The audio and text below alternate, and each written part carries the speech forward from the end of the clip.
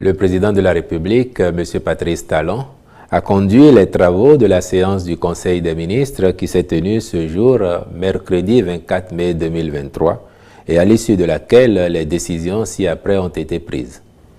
Au chapitre des mesures normatives, sous cette rubrique, ont été adoptés les décrets portant création, organisation, composition et fonctionnement du Millennium Challenge Account Bénin régional.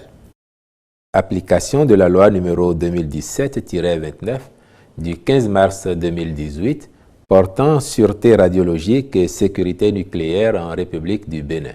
Approbation des statuts de la Société béninoise d'infrastructures numériques SBIN-SA. Au titre des communications, en point 1, recrutement de 15 auditeurs à l'Inspection générale des finances, IGF, au titre de l'année 2023. Pour rappel, il avait été autorisé, en 2017, le recrutement de 25 auditeurs au profit de l'IGF. Mais à l'issue du concours organisé à cet effet, seuls 8 candidats avaient été retenus et ont intégré le corps des inspecteurs des finances en 2019, après avoir suivi une formation à l'issue de laquelle l'effectif des inspecteurs des finances en activité est passé de 7 à 15. Or, avec les départs à la retraite qui interviendront à partir de 2027, il va se produire un déficit de personnel qualifié, préjudiciable au bon fonctionnement de ce corps de contrôle de l'ordre administratif, dont la mission, entre autres, est de coordonner les activités opérationnelles des organes similaires sectoriels. C'est pourquoi le Conseil a autorisé l'organisation d'un concours de recrutement au titre de l'année 2023 et instruit les ministres concernés de veiller à son bon déroulement. En point 2, réalisation du collecteur d'eau pluviale et aménagement des voies d'accès à l'hôpital de référence à Abomey-Calavi. Dans la perspective de la mise en service, courant 2024, de cette infrastructure sanitaire majeure, l'aménagement de la principale voie d'accès, notamment le tronçon allant du carrefour satellite au carrefour Arconville, ainsi que la réalisation d'un collecteur d'eau pluviale, sont prévus au programme d'action du gouvernement afin de favoriser une circulation fluide en toute saison. Le Conseil a donc marqué son accord pour les formalités contractuelles avec l'entreprise sélectionnée. En point 3, travaux d'aménagement de la zone sud de l'esplanade des Amazones dans le cadre de l'organisation de la 50e édition des championnats du monde de pétanque au Bénin. La tenue, sur cet espace, des championnats du monde de pétanque nécessite la réalisation de travaux d'urgence d'aménagement confortatif pour permettre l'accueil des hôtes et du grand public dans les conditions optimales à la hauteur de l'événement.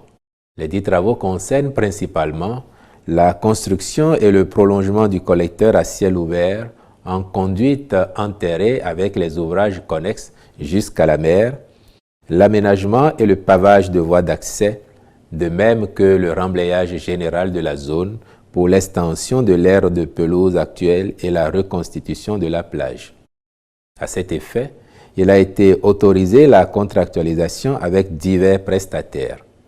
Les ministres chargés du dossier sont instruits de veiller à la conduite du chantier dans les normes et délais requis. En point 4, construction d'un golf 18 trous championship à Avlekete dans la commune de Ouida.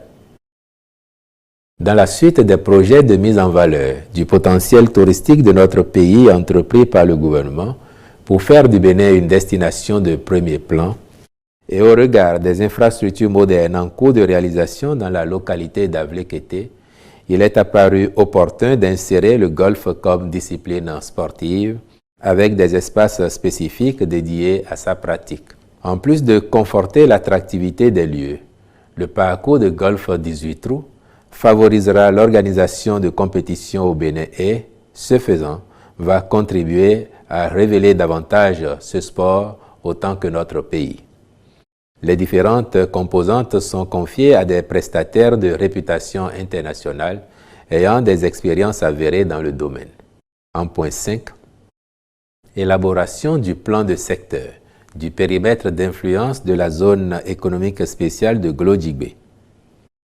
Cet important projet du PAG présente un avantage certain pour le développement du Bénin en général et de la région en particulier.